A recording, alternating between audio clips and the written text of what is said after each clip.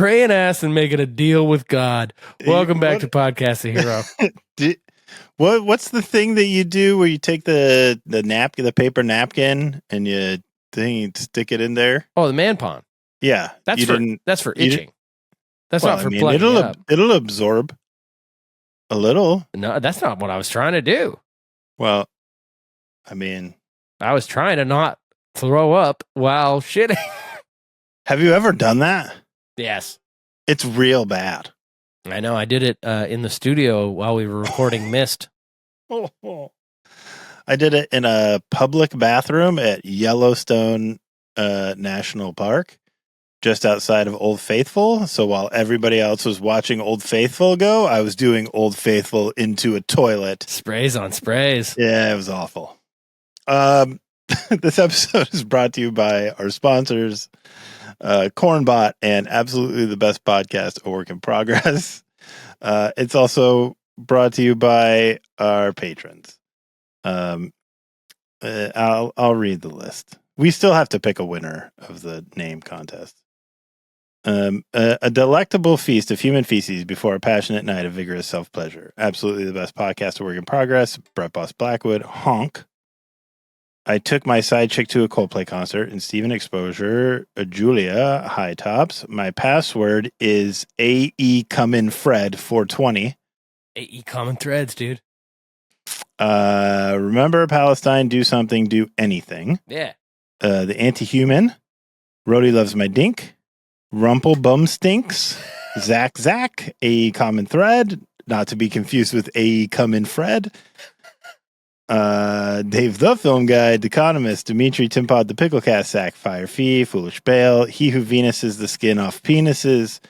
I want to create a Merg paradox with Fritzy while Jesse watches from atop the fridge.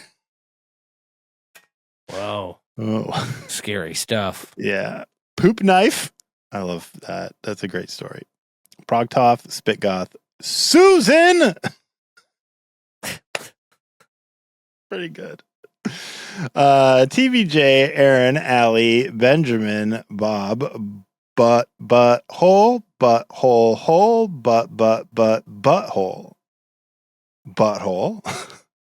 because I'm clapping with my ass. Dale Earnshart, Jake, Jeffrey, Yo, Josh, Cage Pandas, Mason, Michael, Mitch, Ouch My Peggy Thrill, Sebastodon, Sheldon, Sorciad, Surrey, Taylor, The Final Dan, Thomas, Viva Hate. Wait, why is all the text all wobbly? Has this ever happened to you when taking acid? Welcome back to Sink Pissers, the podcast. Yes, I'd be a Newfoundlander by insane. This episode is about a plate full of our dead. A plate full of our dead. Mm-hmm. But before we get to that, do we have any mystery weekend news? No.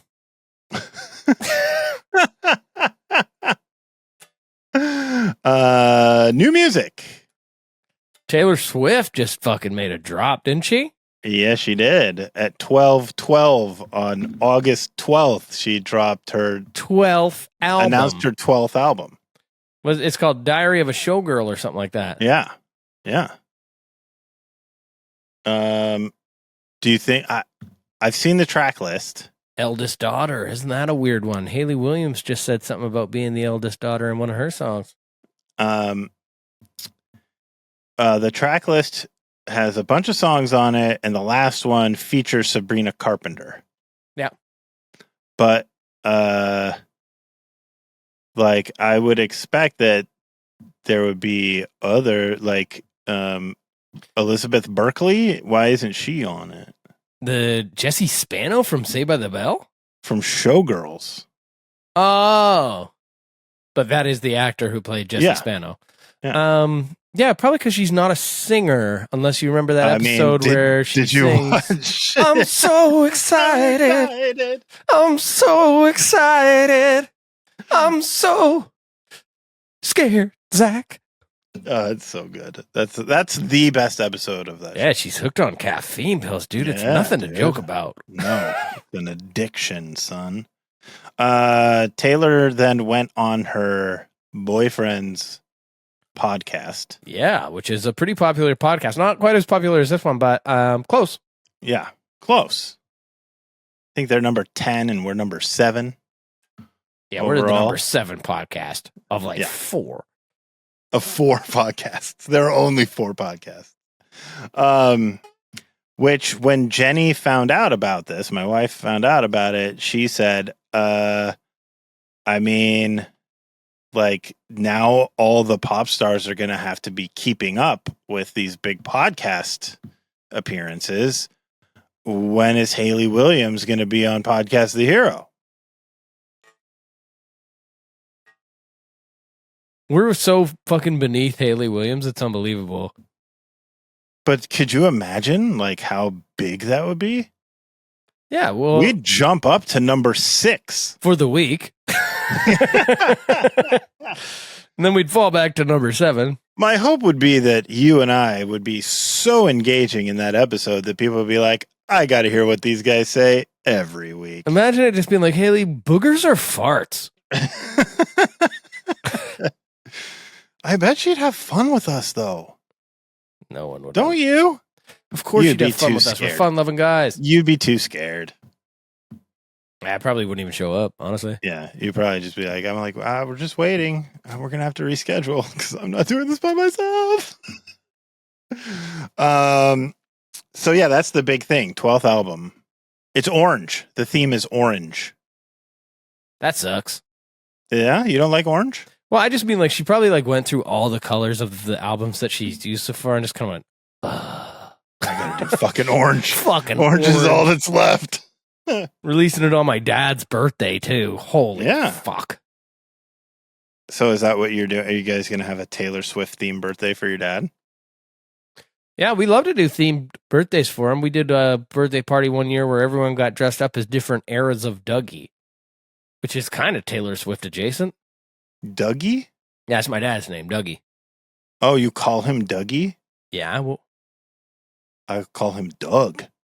Oh, you call him Doug. You call him Sir. I call him Mr. Walker. I call him, hey, don't hit me. He's like fucking 5'5", dude. I've met him. You. I'm terrified of him. He's a nice fella. I'm sure he is. I'm just scared of him. But it comes out on his birthday. Yeah, so you should have a T Swift themed birthday party for him. Freaking D Swift, dude. Yeah. Isn't that something? It's pretty great. He wouldn't like that, I don't think. No? Like, he wouldn't dislike it, but he would just be like, why did you make my birthday about a different person? He says, make it all about me. Damn. Plateful of our Dead. Because we have nothing else to talk about music. Oh, Protest Hero news. No, we already did that. You said no. You said Mystery Weekend. Yeah, because there's never any Protest Hero news. Well, yeah. Guitarist from Pest Control was playing a bunch of our stuff on Instagram today. I love Pest Control. You're the pest, motherfucker. Apparently, HK has had some fucking weird communication with them, and dude was just ripping our fucking songs on Instagram, and it was awesome. Oh, I thought you said H had some sort of communication with them and told them cease and desist. Imagine. My lawyers are coming after you. Like, hey, what's up, Pest Control? We're big fans. You better stop playing our shit. Stop it now.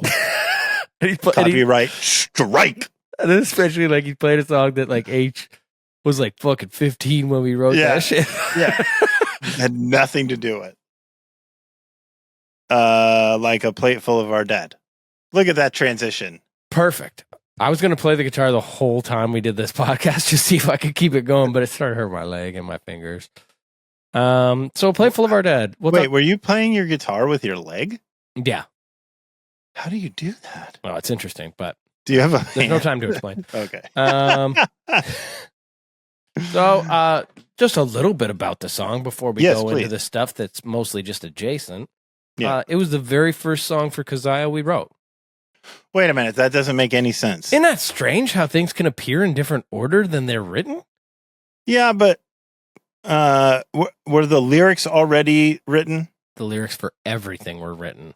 Okay, I was gonna say because like the song is supposed to be like a summary, right? A review, and if the lyrics hadn't been written yet, so yeah, it'd be kind of interesting to write like, all right, here's our take on this thing. I mean, the lyrics weren't completed for sure, and like when you go back, so like Cage and I were recently trying to create the very first edit of the lyrics that are how they appear on the record, as opposed to, RF was very specific about how he wanted them to appear in like the written form, right? Which is like, don't blame him one bit, but we wrote it all together and it doesn't appear the same way. Like there is no version of it out on the fucking internet, as baffling as that is, that appears as it is on record.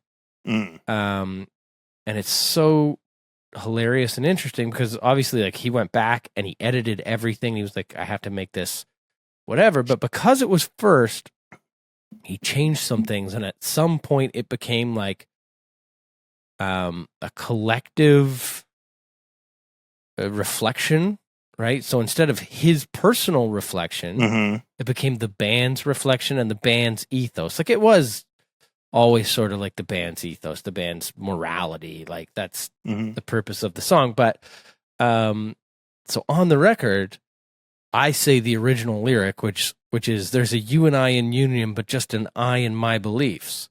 But RF changed it so that it represented everyone. And he said there's a you and I in union, but just an I in our beliefs. But the problem with that, which, like, I don't know, fucking 16-year-old RF maybe fumbled a little, there's a you and I in our beliefs as well. Yeah.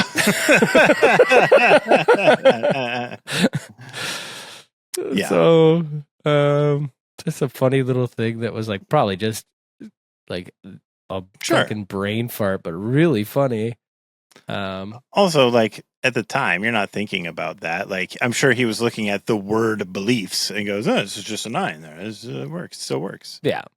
But like, it's just funny to think that, like, he came up with this very clever word play, wrote it down, and then later was like, okay, I need to figure out a way to make this more, like, collective. And then just, like, obviously wasn't thinking about the original word play and just fucked it up a little.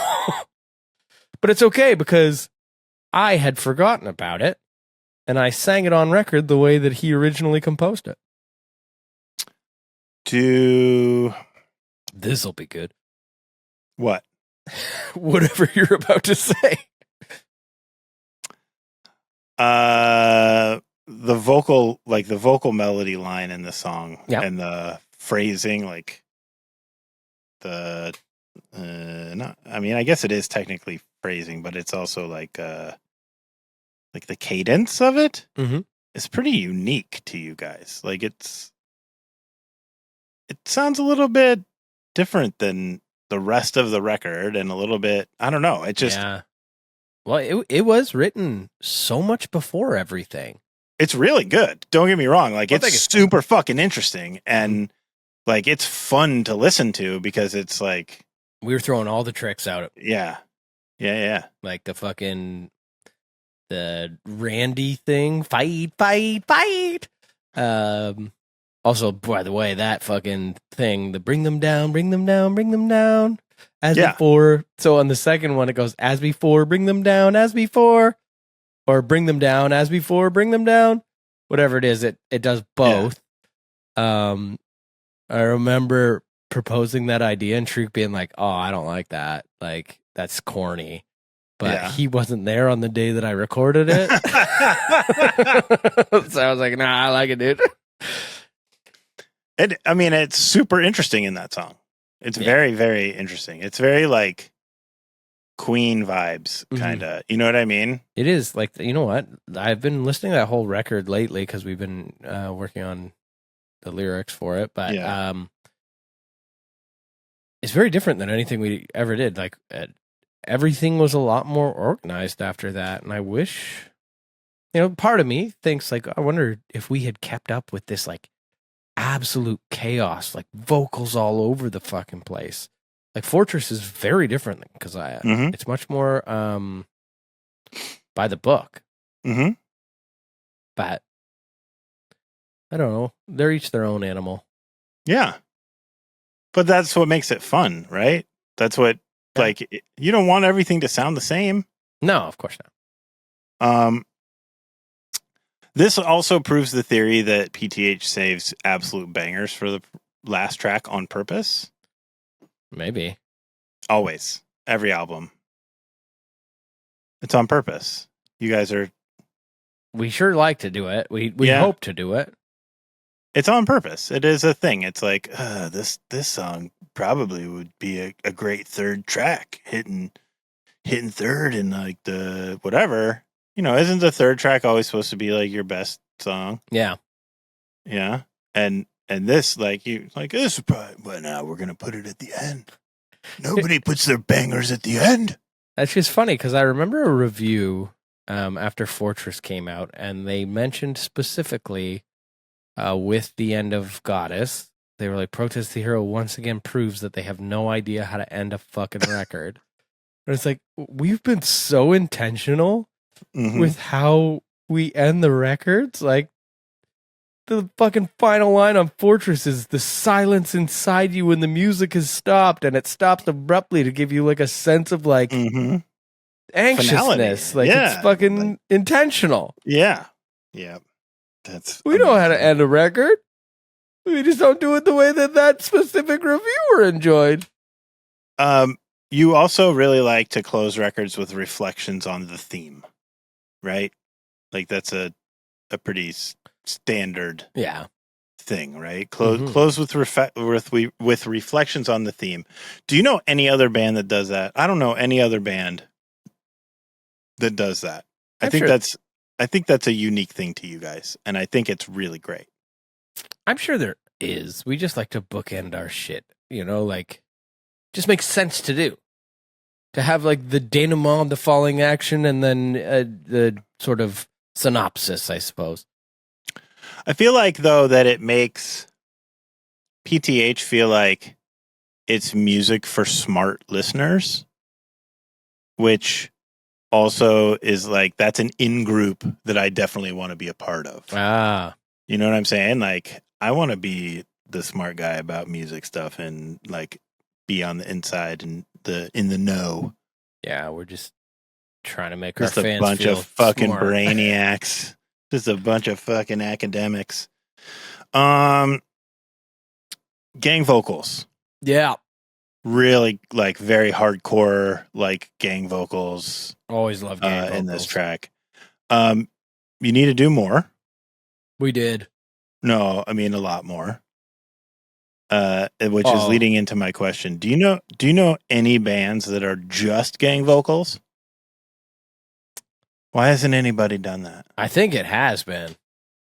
I've looked. I looked it up, and I tried to find, and like there are a lot of examples of bands that use it a lot, and here are examples of this and that, but I didn't find any references to like this is a band that only does gang vocals. I feel like Dropkick Murphys are close. That's true. Everything's just like a big fucking Boston Irish sing along. That's true. That would be the closest that I've heard. Yeah. Or maybe what's that band that has dog lead singers? They're called like Caninus or something. Yeah. That's sort of the dog lead singers.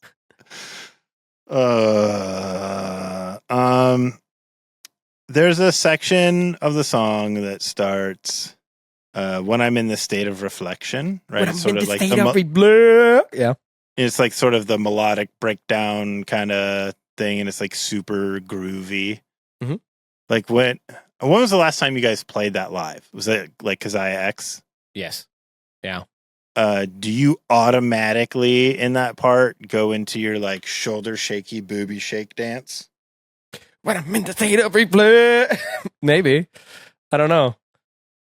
Think about it, because I think you do. Yeah, sure. I didn't see you guys on Kezia X, but I would assume that's... Did we know each other when that happened? No. Oh, wow. Dude, I didn't know you until after Palimpsest came out. Jiminy Crookshank. Right? Okay. Any other items that you want to talk about? The recording of it, the writing of it, before we move into the adjacent things? So it's kind of weird. So we wrote it before, as I was saying, like well before the rest of it, and we were playing it live, like way before, because we were probably playing it in fucking 2003, like several years before the record came out. And when it goes into the end, that I'd rather kill a stupid flower, like this is how sort of like pop punk we were at the time. We thought that was the heaviest thing we'd ever written. And like we were still at this age where we would like practice in my parents' basement, and we'd be like, okay, let's practice at one time where we really concentrate, and then practice at one time where we fucking freak out. But then like the showtime would come and like that end would happen, and we would all just go fucking bananas on stage, thinking it was like the heaviest thing we'd ever written. We played it last every night. Like we knew it was the fucking final song just because we would like play it last and have that moment last. But it's funny now, like looking back on it, being like, it's like not heavy. It's like really melodic and like open. You know, like it's not like a fucking breakdown or anything like that. But at the time, like we hadn't really written a fucking breakdown before. Yeah, yeah. And like there's probably heavier parts in that song, but to us, we thought that was the heaviest thing on the fucking planet. And then we wrote the rest of Kezia, and I think it was just like, okay, we got to fucking write even heavier things. But it was also like, we got to write even more complicated things. Yeah. And it was, and like I think this song shaped us. Like, I think it's like, we were doing like weird kind of proggy punk. Yeah. And then after we made this, it was like, this is a little different. Like, this is something quite different than what we've been doing. And we need to like fucking put your head down and run in this direction. Yeah. I noticed there's like a lot of things like some parts that Luke plays in it that I'm like, oh, that sounds like Trevor from Wilhelm, or like stuff like that. You know what I mean? Like you can still hear some of those pieces in. Yeah, the like skate punk. I would say, you know, as sad as it makes me to say, I don't know that Wilhelm would have had a huge influence. They would later become an influence. I know. It was roughly the same time, or maybe even before, like Wilhelm was really getting started. Yeah. I was just thinking about like that time in that place, shaped by roughly the same bands. Yeah. Right. Probably doing similar things musically. So like I knew for sure, like I know just based on timing that it wasn't like you guys were listening to them, because they were still working on like their first record, kind of stuff at the time too. But just like, you know, feeling like those like punk things that you're hearing are probably coming from like Strung Out. Yep. Propaganda. Yep. I'm trying to think of any other fucking weird t-shirts Truk would have been wearing at the time. But then like there's like elements of like screamo and shit that come into it, right? And like some metalcore stuff. Like I think Oncoming Storm was like a huge fucking record for us at the time, and I'm not super sure we had heard it. We had definitely heard it as we continued to write Kezia. That's where you're gonna get your breakdowns from. But I'm not sure we had heard it at the point when we wrote this song. But my history might also be incorrect. You have a good memory. Oh, sure, I have a good memory, but it's just so long ago, Fritzy, it's impossible to know.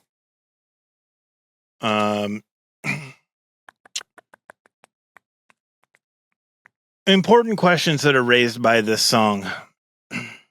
Okay. Is meat a myth? No. Because there's a line in the song that says, "If I believed in meat." That's true. That's funny. So is meat a myth, or is meat real? Well, meat is real, You sound like a religious fanatic now. What? In what way, Fritzy? In what Because way? you're saying hands down meat is real. Meanwhile, somebody else who you were very close with said, if I believed in meat, which means that some people don't believe in meat. Some people don't. That's true. So, what is your favorite meat dish? Cavendish. That's a banana, you ding dong. It's a potato. Cavendish is a banana. There's nothing like a Cavendish potato. At Cavendish, we make potatoes right. That's not real. That is real. That's too real for you. Cavendish banana. Are you out of your fucking The mind? Cavendish banana is the most common type of banana sold worldwide. It is known for its creamy texture and mild flavor, and is the variety most people are familiar with. Now search Cavendish potatoes. Potato. And at Cavendish, they make potatoes right. Cavendish Farms is a Canadian food processing company and a subsidiary of the J.D. Irving Group of companies. See? They're from New Brunswick. Yeah. And they have potato processing plants in New Annan, Prince Edward Island, Lethbridge, Alberta, and Jamestown, North Dakota. Unbelievable. Oh, and they also have an appetizer plant in Wheatley, Ontario. Wow. They are number 4 in frozen potato products in North America.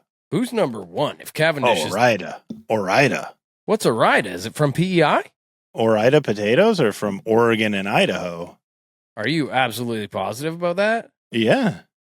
I'm going to need to see a Google search. Ore-Ida potatoes. If I don't see a Google search, Ore-Ida, not believe you. Ore-Ida's primary production facility is located in Ontario, Oregon. Oh, bull. Near the Idaho border, where the company was originally founded in 1949. That sounds like owned by Kraft, a Canadian company, mm-hmm. but is probably American now. They are the official sponsors of Women's Challenge Road Bicycling. That's important. The Brian Vickers number 57 Chevrolet. Is that a NASCAR thing? Yeah. The number 21 Wood Brothers Racing Ford, driven by Bill Elliott. Isn't he from musical? Bill Elliott. That's Billy Elliott, I think. Yeah.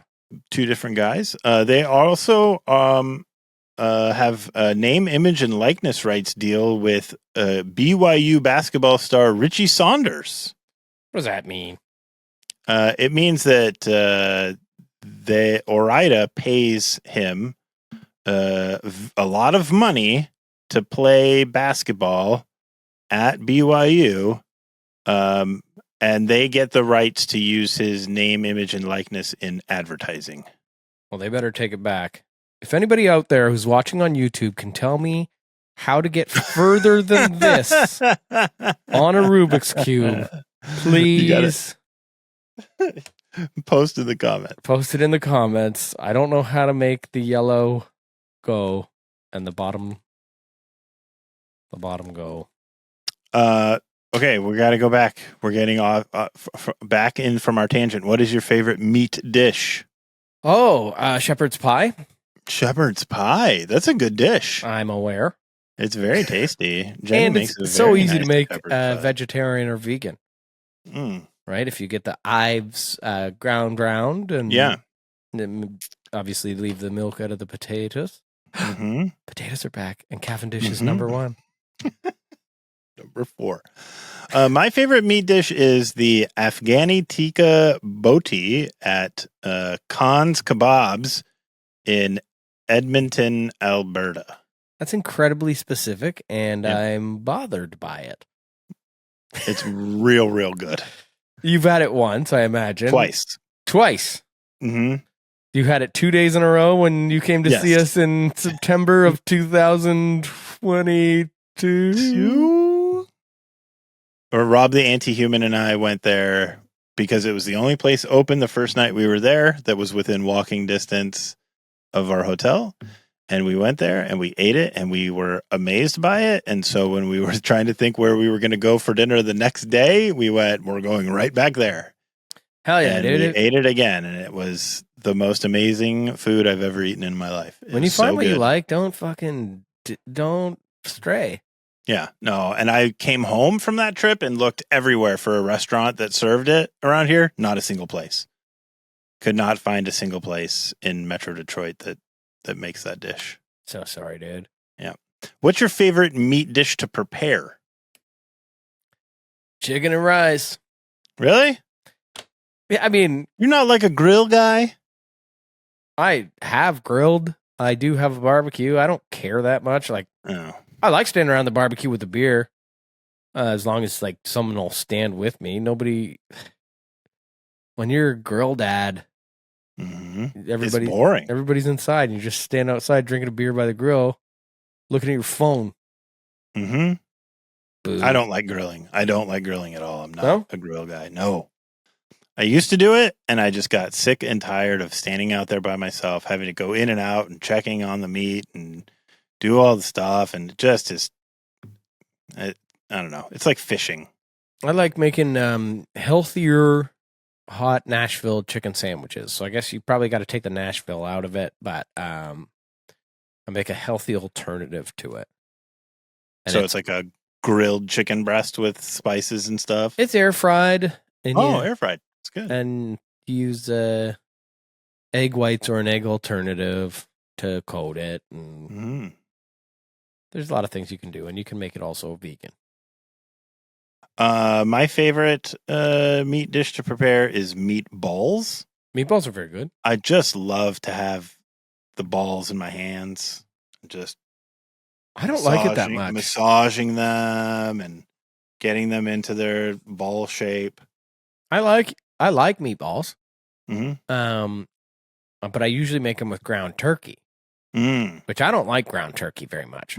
But in ball form, it's pretty good, or in burger form, depending on what you do. But you treat it like a fucking regular ass thing. But the meat is very sticky and yucky, and it sticks to your hands. And if it's cold, good luck. And it's also poultry, so you got to like really make sure you wash your hands after. Yeah, but wash everything to make sure you don't contaminate everybody.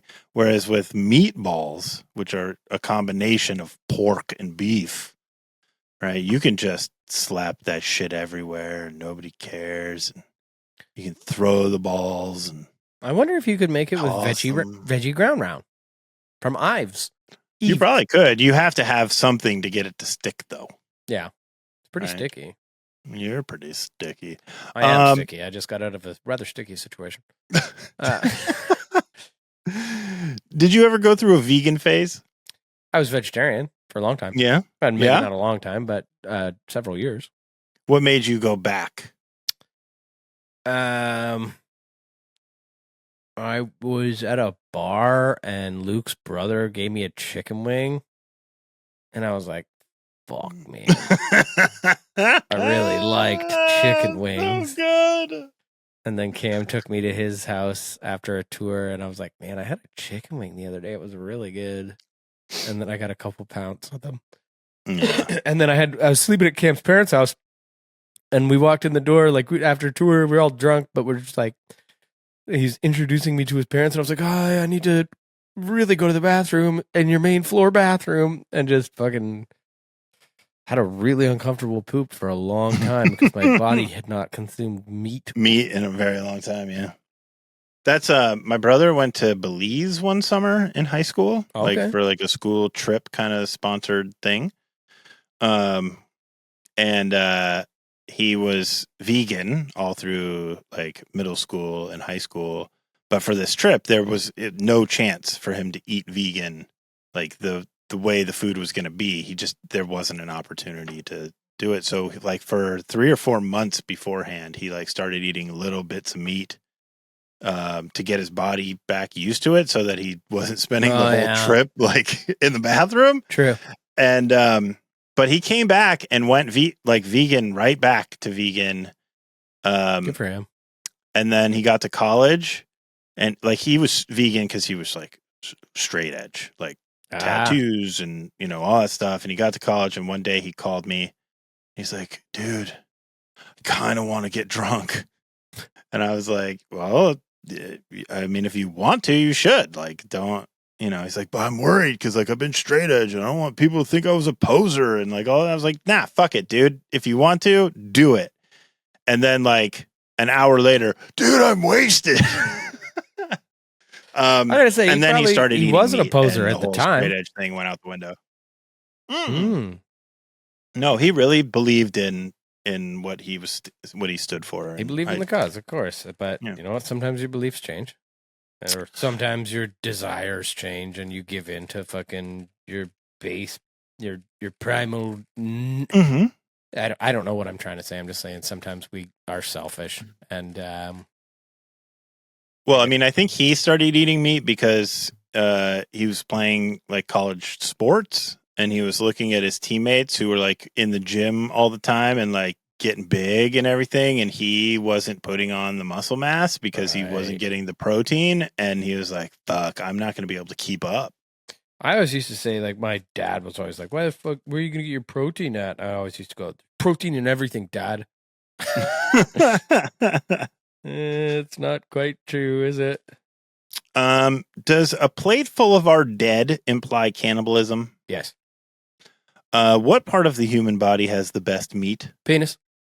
Yeah, clearly. Very similar to the hot dog. But yeah, no, I don't know. I would say probably the rump. Yeah, the fatty parts of your. I don't know what. I actually don't know much about the cuts of meat that we eat, generally speaking. You know what I mean? I don't know what makes a good cut of meat. I'm not a. Did you see the movie Alive about the? No, I'm familiar team? with it, but I didn't. I never saw it actually. So there's a scene when they first are like going to resort to gobble each other. Yeah, and they do they're like, this is the part to eat is the butt. Really? And I remember the first time I was watching, I think I was in middle school or something, and so they turned on. They cut a little piece of the butt, and one dude takes he's the first dude to take a bite. And I remember I said, this is like the first joke I ever like really nailed. And I was like, rump roast. And everybody I was watching it with died. And I was like, yes, I'm hilarious. Everybody you were watching it with died? Yeah, they thought it was so funny, and they died, and then I ate all their butts. Wow. If you aren't into Star Wars, I know you aren't into Star Wars. No, but I hate Star Wars. I don't hate Star Wars. I like Star Wars. I'm not like a fucking. Are you familiar with the idea that Ewoks eat humans? I'm not familiar with that idea. No. Yeah. So, the whole thing is like they're carrying them in on these essentially on spits. Ew. And they're going to roast them, and then they get saved by C-3PO. And all of a sudden, they hook up Princess Leia with a new dress, like a human woman's dress. Oh, that's good.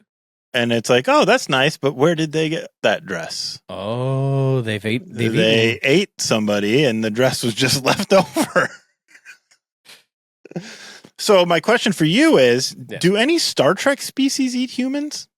Probably. But that's not like a thing, like where like the crew of the Enterprise is like, we can't go to that planet, they'll eat us. I can't remember. I don't ever remember it being mentioned. Okay. Are you ready to play a game? I'm always ready to play a game. I've been playing a game the whole time. It's called Rubik's Cube. So because we've been talking about a plate full of our dead, which is hot, about meat, human meat, but meat nonetheless. But meat. Yes, it is butt meat. We are going to talk about meat trivia. I feel like this is an episode that vegans should just skip. Yeah, this is brutal. There was a guy who messaged us a long time ago that was like, "Hey, I don't really like when you guys talk about meat. It feels like really disrespectful to vegans and whatnot." Going like, "Oh, okay," but this is a bad one for him. Sorry, guy. What percentage of the chicken you buy at the grocery store is actually an injected saltwater solution? 13.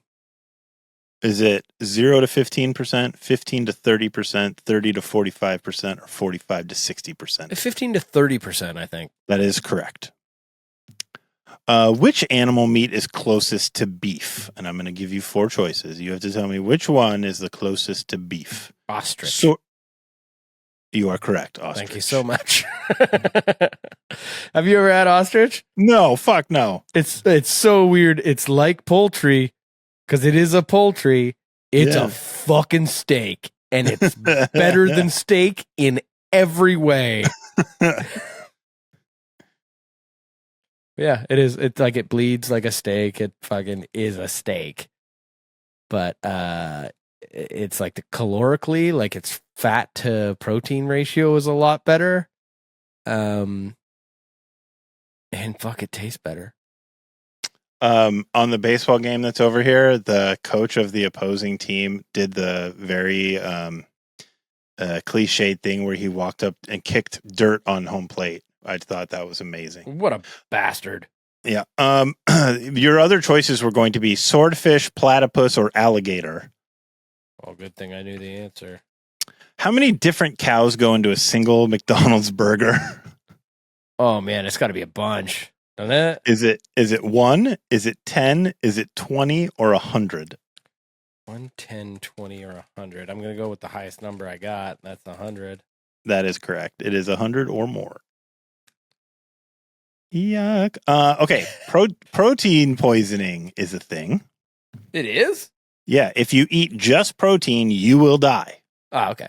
Because although you are getting enough calories, you will experience malnutrition from the lack of fats and carbs.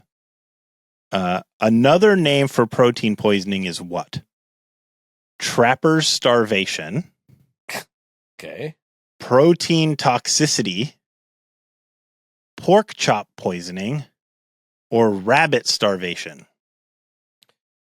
Rabbit starvation sounds wrong, so I'm going to say that. But I like You're right again. Nice. It is rabbit starvation. It's what happens if you only eat rabbit. It's a very lean meat.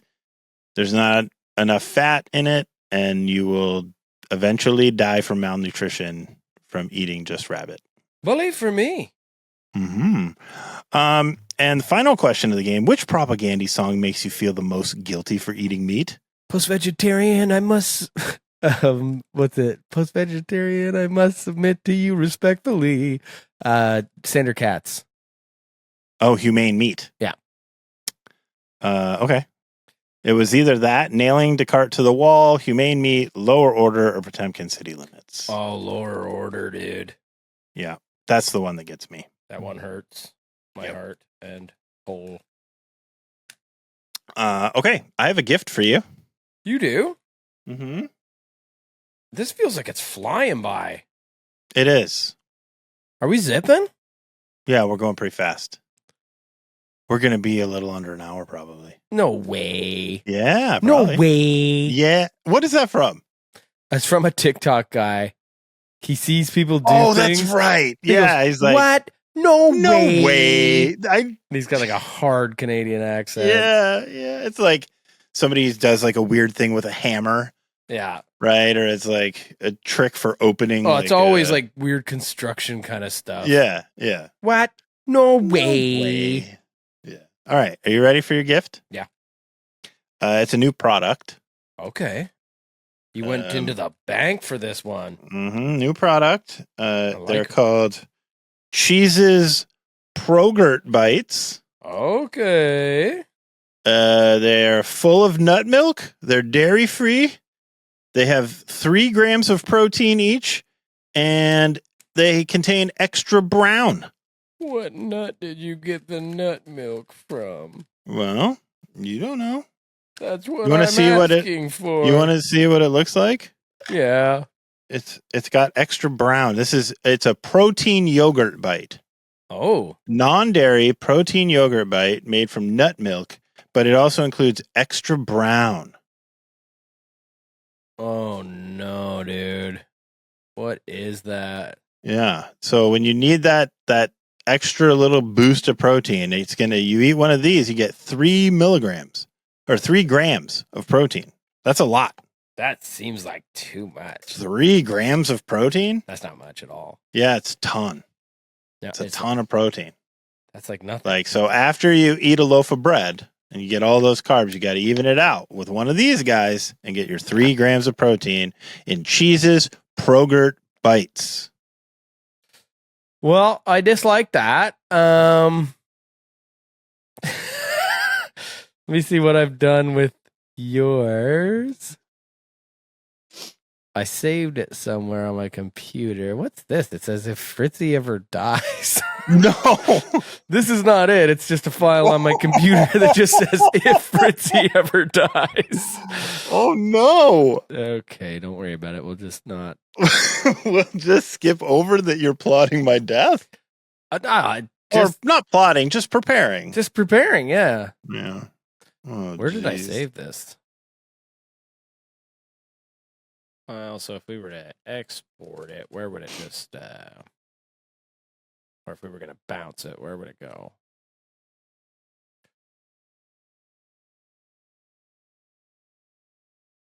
Okay. iCloud Drive. Where's the iCloud Drive? It's probably attached to the iCloud. Maybe downloads? The iCloud Drive is the name of the thing that when Apple designs their own spaceship, it will use the iCloud Drive. Okay, it's going to come through to you. Oh, well, no, it's not. Hold on. I'm not so good at using computers, you know. Okay, I mean, you're pretty good at computers, I think. No. I'm scared. I'm bad it's at an Rubik's audio Cubes. attachment. Says Fritzy cares. Fritzy cares. I'm a little scared. Fritzy's coming over to my house next weekend. I hope he wears socks this time or else I'll be freaking out. We're gonna watch a real cool band and have a couple beers. Oh wait, Fritzy is a whiskey man.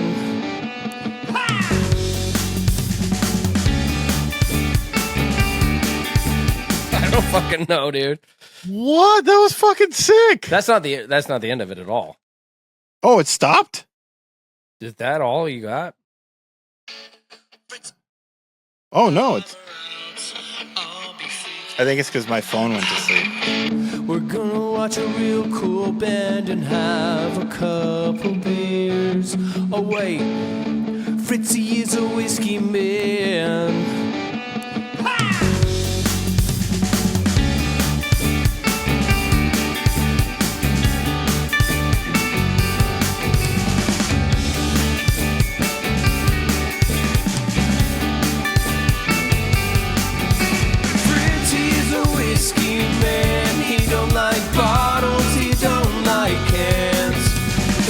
Fritzy's a whiskey man. He drinks from the palm of his hand. Fritz don't know what the future holds. Fritz don't care. He's a whiskey man. Shut up. I just realized I hadn't written a song of any variety at all in a long time, and I just sat down and went, I don't fucking know, and farted that out. I never listened to it from the start. It's really good. Oh, quiet. It's very different from stuff that you've written in the past. I was just having fun. I like it. Oh, thanks, Fritz. I really do. I could get into that. Oh, you can get into that? Yeah, I can very much get into that. That's right up my alley. It's dude. Jesse in the fridge. Is it? No, I don't know. It's very. I guess it does have a little. No, that's the only thing that's Jesse in the fridge about it is the reverb on the vocals. That's true. I That's use it. the exact same one. Yeah. For everything I do. But it's really good. It's very, very good. I'm glad I you like like that a lot.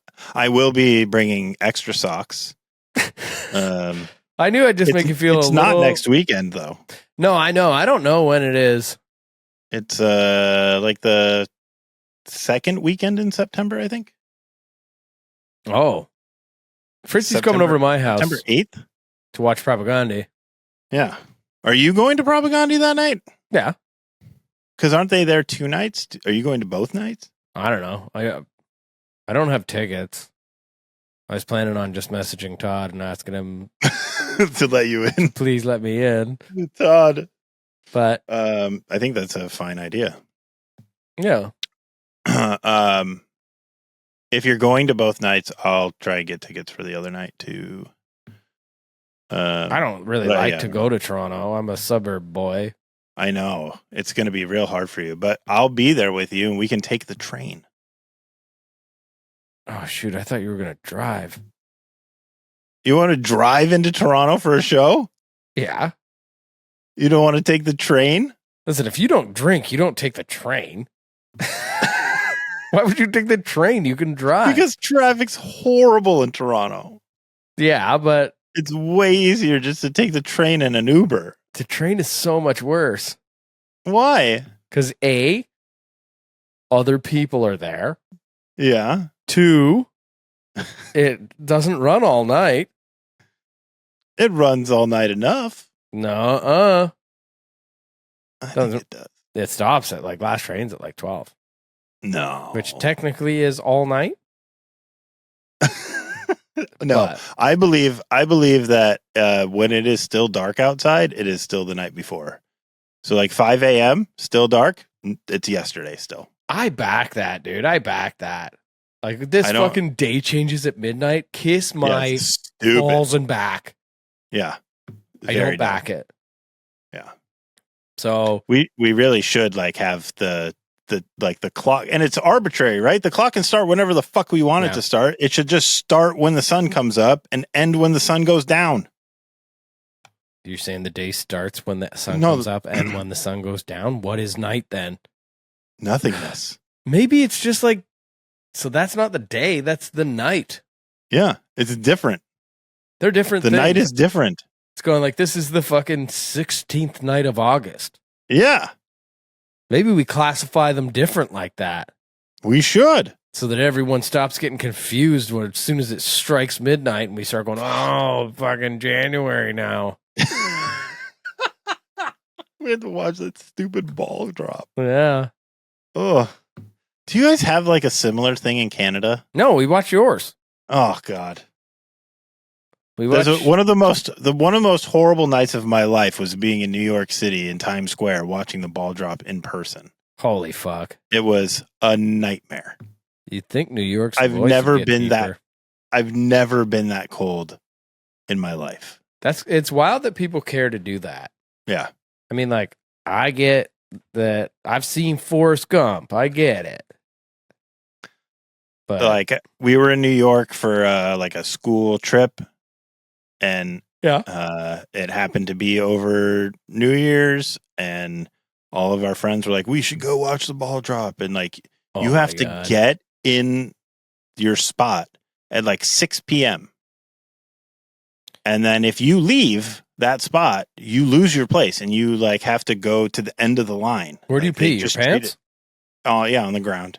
So you basically were just standing in piss, shit, and puke. All of my friends are shorter than me, so they're all huddled around me, and the wind, it's like a fucking wind tunnel, and it's -2 out with like a -10 wind chill, and it's fucking blowing on my face. I and- hate that, dude. Oh, it was awful. Never again. I don't would know not- that we have yeah. anywhere in Canada that we could host it outside. Could you do? Can the CN Tower? Can they just drop the spinny part of the CN Tower down? Yeah, the restaurant. Yeah, doesn't it just come down at midnight I and then wish, come dude. back up? We just be like, hi, we're coming to you live from Terry's garage in fucking St. John, New Brunswick. How's the fucking weather out there, Terry? Oh, decent. Stopped by the LC, got a fucking ton of moose head. Getting fucking liquored with the boys. That night we like in the afternoon we went to the taping of David Letterman. Okay. And so like when they play Letterman at night, it's like during when the ball drops. Oh, really? Right? Yeah. So they had to like pre-tape a bunch of stuff. Oh. And so they're like, we're going to go right now live to our reporter in the streets in Times Square. And it was just like a dude standing outside with no one around, whatever, like doing his report because they were taping it, 7 hours earlier. And did he have to just do the same report? Yeah. Later? He basically just, yeah. David Letterman was like, how's it going out there, Jerry? And he was like, it's good. Everybody's really excited. Yeah. Can't wait for fucking 2015. Yeah. It was Holy 1999, 1998. Sorry. Oh, yeah. You were in high school. Yeah. But the musical guest that night was Parliament Funkadelic. So that was pretty cool. George I thought you were Clinton going to say and the Funk Cher. All-Stars. No. I just imagined it was going to be Cher. I didn't watch it that year or any other year. Yeah. I gave up watching that a long time ago. I witnessed it. It's a lot better since fucking those two guys get fucking hammered the whole time. From CNN? Yeah.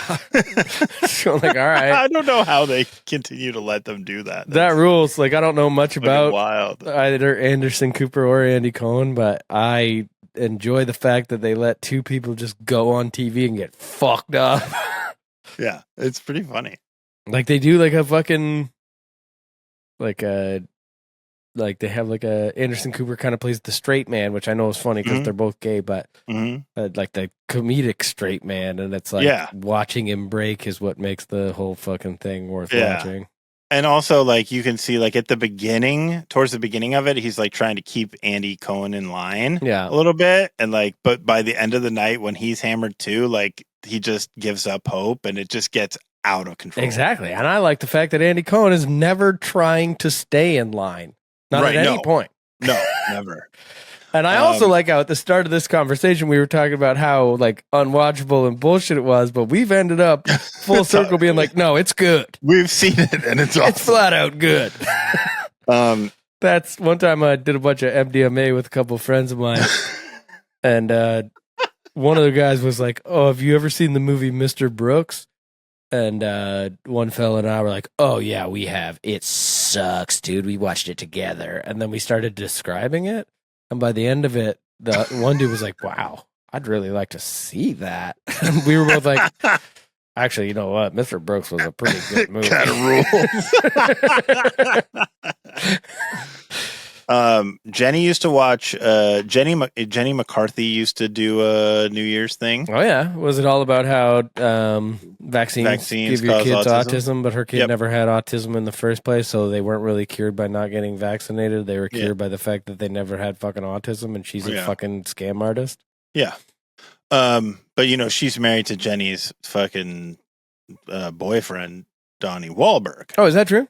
Yeah. I didn't know that. So at midnight every night, she would go and find Donnie in the crowd and they would have a little kiss. And that was Jenny's favorite thing. Oh, that's to nice. Watch Donnie and Jenny have a little smoochie on TV.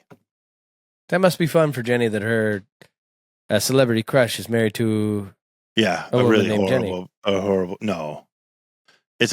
Jenny realizes that other Jenny is a pretty horrible person. No, yeah, but I wasn't denigrating. I was just saying it must be fun that. But I've also Donnie's been like, with the Jenny. I've also told her like, yeah, I mean, if the opportunity arose, go for it. And she's like, I don't want to. And I'm like, what do you mean you don't want to?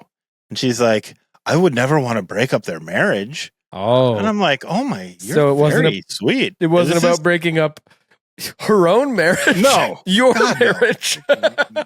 Fuck no. I think that's it. Yeah, everybody eat shit and fuck himself. Yep.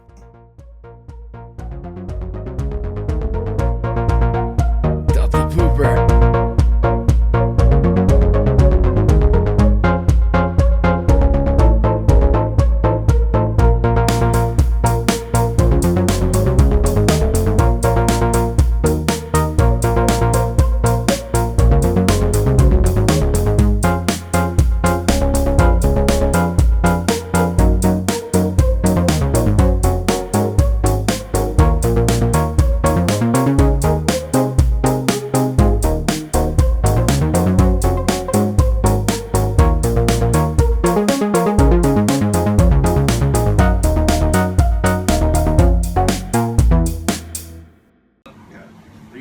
Take a picture from your Is he she?